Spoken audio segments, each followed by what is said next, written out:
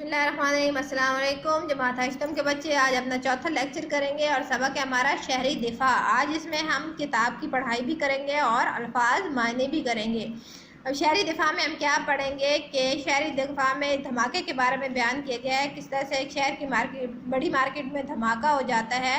اور ہسپتال میں ایمرجنسی لگا دی جاتی ہے۔ اس بارے میں پھر بچہ جو ہے اپنے والد سے معلومات حاصل کرتا ہے کس طرح سے ایسے حالات سے بچا جا سکتا ہے۔ اب اس میں ہم کیا کرتے ہیں کہ شہری دفاع ہم بحیثیت شہری کس طرح سے اپنا دفاع کر سکتے ہیں اور دوسروں کو بھی بچا سکتے ہیں کہ ہم جو ہے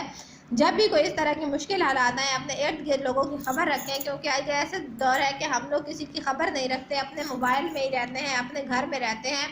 اور موبائل پہ ہر وقت گیمز کھیلنے کے علاوہ ہمیں کوئی کام نہیں ہوتا۔ ہمیں نہیں پتہ ہوتا کہ ہمارے آس پڑوس میں کیا ہو رہا ہے، وہاں پہ آگ لگ گئی ہے، وہاں پہ کسی کے گھر میں گیس کا سلنڈر پھٹ گیا ہے، کوئی مسئلہ ہو گیا، ہمیں کوئی خبر نہیں ہوتی۔ اسی وجہ سے شہری دفاع کا پہلا اصول یہ ہے کہ ہم اپنے آس پڑوس کی خبر رکھیں کہ ہمارے پڑوس میں اگر کوئی نیا پڑوسی آیا ہے ہمارے محلے میں تو وہ کون ہے، کہاں سے آیا ہے، وہ کس طرح کے اس کا اٹھنا بیٹھنا ہے، یہ بھی خبر رکھیں کیونکہ دہشت گردی کے حالات ہیں۔ تو اس طرح سے کوئی بھی آ کے ہمارے محلے میں رہتا ہے اور دہشت گردی کی کارروائی کر لیتا ہے پھر آسانی سے، کیونکہ اسے معلوم ہوتا ہے کہ لوگوں نے دوسرے کی خبر تو رکھنی نہیں ہے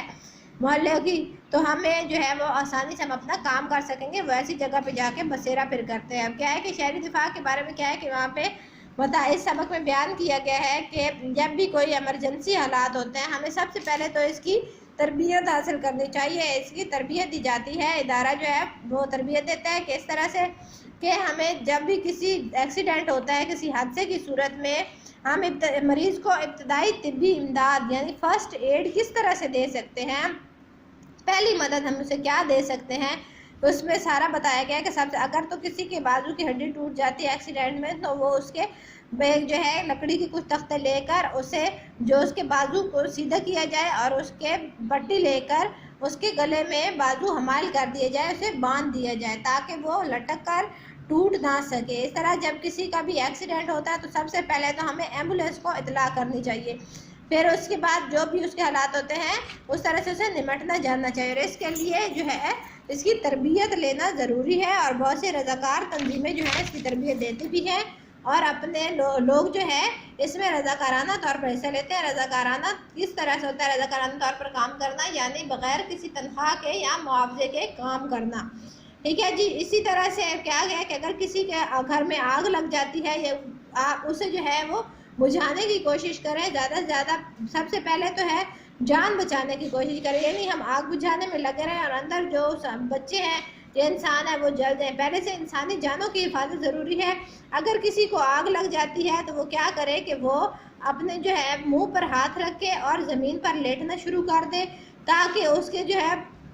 چہرے کو آگ نہ لگ سکے، اور اگر کوئی دوسرے شخص اس کے پاس موجود ہے تو وہ اس کے اوپر کوئی موٹا کپڑا جیسے کمبل ہوتا ہے، رضائی ہوتا ہے، وہ ڈال دے تاکہ آگ بجھ سکے۔ اگر کسی گیس سلنڈر کو آگ لگ جاتی ہے تو آپ جلدی سے کپڑا جو ہے وہ گیلا کر کے، جیسے کہ کمبل ہے یا موٹا کپڑا جیسے خیس ہوتا ہے، کمبل ہوتا ہے، اسے گیلا کر کے اس کے ارد گرد جلدی جلدی لپیٹ دیں تاکہ جو ہے اسے ہم بچ سکیں، وہ سلنڈر جو ہے آگ نہ پکڑ پائے۔ اسی طرح اگر کسی کو سانپ کاٹ لیتا ہے تو اس جگہ سے 4-5 انچ جو ہے وہ اوپر کر کے، جس طرح جو ہے یہ خطرہ ہے کہ زہر اوپر کو جائے گا، اسے جو ہے باندھ دیں اور پھر سانپ کے زہر کو فوراً کسی بلیڈ وغیرہ سے کھرچ کر نکال لیں اور مریض کو جو ہے بغیر